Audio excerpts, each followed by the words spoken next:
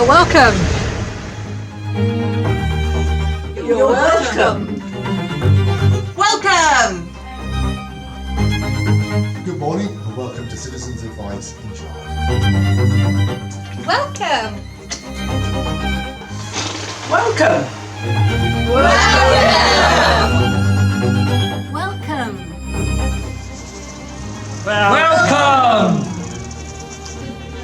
Welcome.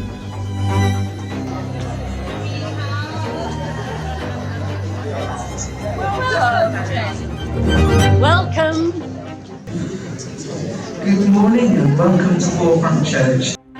Welcome. Hello and welcome to How to Forefront.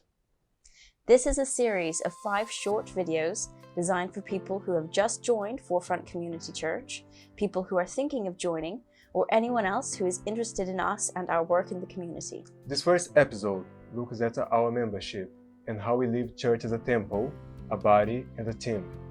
The next 4 episodes will explain our history and the basis of our faith, how we work in the community through our South Center community building, and what our leadership structure is, and how you can be a part of what we do. You can feel free to come and visit us on any Sunday morning. We like having visitors, and we love to receive new members. We welcome people of all ages and backgrounds. One of the metaphors used in the Bible to describe the church is as a spiritual temple.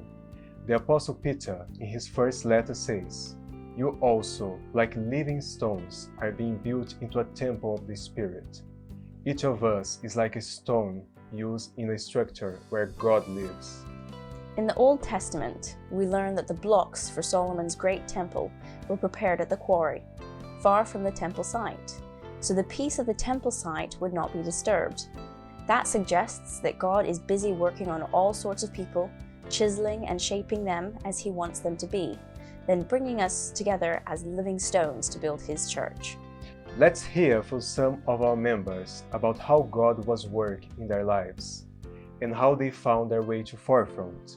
First, Charles and Kath, who were embarking on a busy retirement when they arrived, and then Luke, who came to Somerset with Kath, and he started his first full-time job.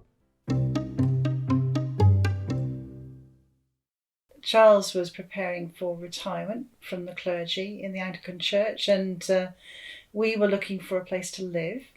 And one of the most important things about whatever place we went to was the state of the churches and Christian witness in the town where we were going to move. And we found Forefront, and we discovered that it was a Bible believing church, it was a Bible preaching church, has a vibrant fellowship, lots going on.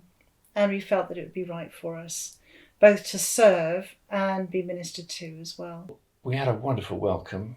There's all the time people at the door as you arrive and inside to make sure that you really are greeted by name. And then when you're sat down, wherever you choose to sit, somebody at least will come and say, "Hello, are you new among us?" As opportunities came, we were asked what we like to do and what we were ready to do in serving within the church.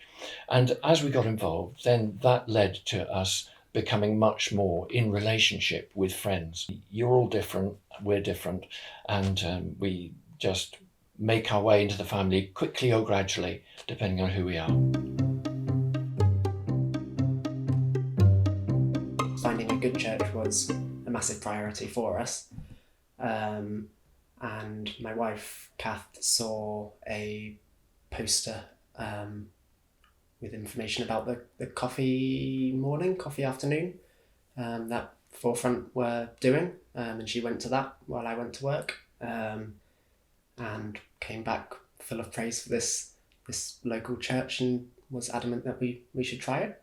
We found that Forefront was really, really welcoming, had people of all ages, and we really enjoyed their kind of outreach in the community. All the teaching was really biblical, really based in theology, which we really liked.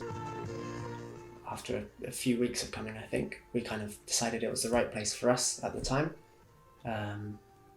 and spoke to the leadership about wanting to join.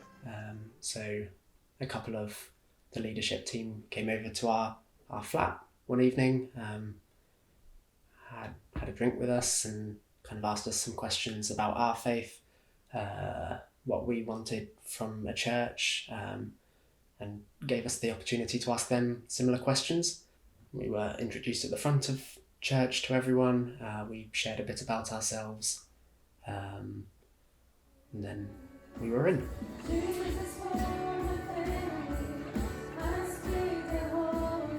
I think music for me has always been a very kind of natural way in which I can serve a church. I think Kath's helped with some of the kind of outreach stuff that Forefront do, such as the homework club. And yeah, I think there are so many ways in which one can serve a church, whether that's from kind of the music or running the service or whatever, to even just doing the teas and coffees after. All of it kind of plays a part.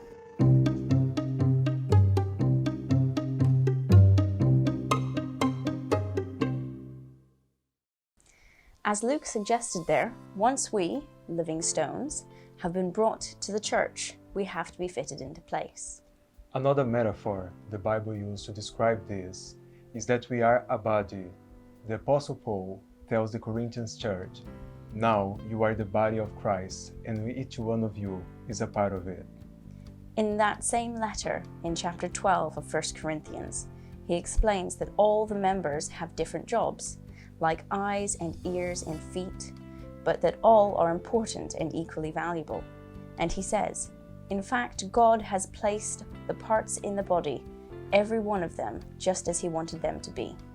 So, we are a church which does not believe a few people do everything while everyone is just an audience. Every member has a role. Sometimes the roles are more prominent, sometimes they are almost invisible, but they are all important.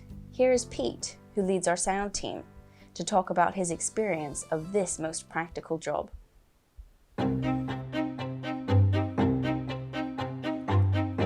As we meet in the school, which is a big hall, we do need amplification of some sort. And having the sound desk means that we can record the sermons well. And also, I think with the worship team getting bigger all the time, it's very good to be able to balance the instruments and the singers so that we can get a good balance of everything and everybody gets heard. We're largely in the background, but I guess that's where we should be. Training new people is quite good actually, when we can get them, because we always work in pairs, so it's very easy to slot somebody new in with somebody who's never done it before, and they very quickly pick up what's going on and what to do. If we want to buy something really expensive, like we bought a new sound desk recently, then we would go to the leadership and talk to them about it, and they would decide if they had the budget for that sort of thing. But beyond that, we're largely left to our own devices, which is nice, it's good. Oh, hello. We're the refreshment team this week, and we do it once every 4 weeks. And we like to provide refreshments so that people at the end of the service can have a good time together, chat together, generally catch up with each other and socially have a good time.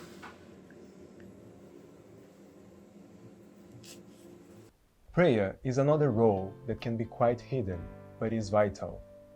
We pray in our services, in our home meetings, and at special prayer meetings, but we also like to pray for activities as they take place. Whether it's a youth event or an activity in Forefront Centre, we know positive results depend on people praying. Fortunately, we have praying people who want opportunities like this to exercise their gift. Prayer makes you a part of every success.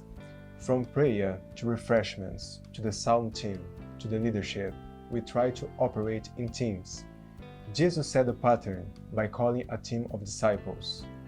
The Apostle Paul, developing his use of the metaphor of the church as a body, told the Ephesian church that as we work as a team, the whole body, joined and held together by every supporting ligament, grows and builds itself up in love as each part does its work.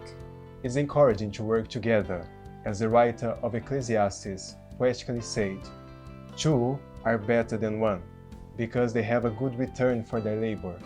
If either of them falls down, one can help the other up, but pity anyone who falls and has no one to help them up." Teams are a great place to learn to work together and ultimately to lead. Let's hear Laura talk about her journey of joining the children's team, growing through that until she was overseeing that team, and ultimately becoming part of the leadership team of the church. So I started when I was about 13. I joined the preschool team and I worked with what was called climbers then. I don't really remember how it developed through my teens, but I was always involved with the children's work. And by the time I left Chard at the age of 18 to join London City Mission, I'd already been involved for quite a long time, which is brilliant because it meant that it was really good grounding for what I ended up doing in London, which was going into schools, running assemblies, taking after school clubs, as well as heading up the children's work in the centre where I was working. So by the time I came back to Chard in my late 20s, I had probably by that point getting on for 15 or 18 years of ministry experience already. And around that time, Carol Simpson, who'd been heading up the children's work, decided that it was time for her to step down. And she asked me if I would oversee what is now Rocks and Tops. And a lot of the other people on the team were a lot more experienced than I was. But in the end, that actually turned out to be a really good thing. I had more capacity than some of those more experienced people to do the stuff. But they were really good at supporting me and encouraging me, particularly in the early days, I think, of helping me kind of find my feet in the role. And I've actually been consistently blessed by working with various different people. First of all, we ask that people really have a heart for working with children. I feel like it's the kind of role that is quite draining at times. You need a lot of energy to do it. So it's really not for everybody. So we'd much rather have people who have a heart for it and want to be involved. Spend time as well, I think, talking to some of the other leaders. We all operate quite differently. So each Sunday school session looks a bit different according to who's leading, who's helping, who's involved in various different ways. So it's good to go along and just try it out and see what happens.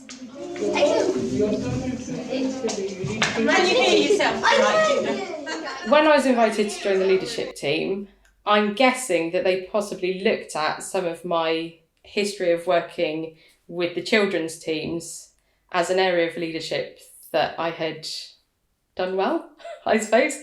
I don't really know how it came about. I don't know what happened kind of behind the scenes in that.